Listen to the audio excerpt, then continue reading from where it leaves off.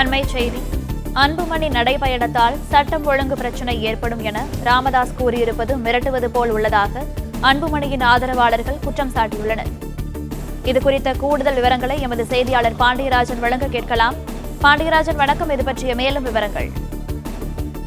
இன்று காலை மயிலாபுரம் தோட்டத்தில் இருந்து பாமக நிறுவனர் ராமதாஸ் செய்தியாளர்களை சந்தித்திருந்தார். அதற்கு முன்பாகவே அன்புமணியினுடைய அன்புமணி ராமதாசனுடைய நடைபயணத்தை தடை செய்ய வேண்டும், அப்படி அவர் நடைபயணம் மேற்கொண்டால் சட்ட ஒழுங்கு பிரச்சனை ஏற்படும் என டிஜிபி அலுவலகத்தில் ராமதாஸ் தரப்பினர் தரப்பில் மனு அளிக்கப்பட்டதாக ஒரு தகவல் என்பதும் வெளியாகியிருந்தது. எனவே அவருடைய செய்தியாளர் சந்திப்பின் போது கட்சியினுடைய கொடியை பயன்படுத்தக்கூடாது, அதை மேலும் அன்புமணி ராமதாஸ் நடைபயணம் மேற்கொள்ளக்கூடாது, வட மாவட்டங்களில் அன்புமணி ராமதாஸ் நடைபயணம் மேற்கொண்டால் அங்கே சட்ட ஒழுங்கு பிரச்சனை ஏற்படும் என ராமதாஸ் தெரிவித்திருந்தார். இந்நிலையில் அன்புமணி ராமதாசனுடைய ஆதரவாளர்கள் பல்வேறு கருத்துக்களை முன்வைத்து வருகிறார்கள்.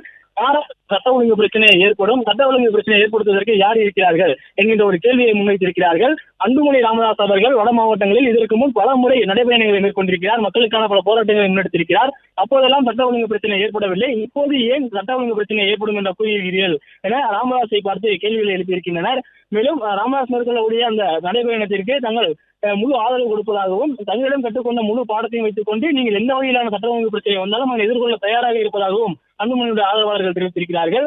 அன்புமணி ராமதாஸ் அவர்களுடைய நடைபயணத்தை எதிர்க்க வேண்டும், தடை செய்ய வேண்டும் என்பதற்காக ரவுடிகளை வைத்து மிரட்டுவதற்குரிய வகையில் தான் ராமதாஸ் அவர்கள் பேசியிருப்பதாகவும் அன்புமணி ராமதாஸ் அவர்கள் ஆதரவாளர்கள் தற்போது சமூக வலைதளங்களில் தங்களுடைய கருத்துக்களை பதிவு செய்து வருகின்றனர்.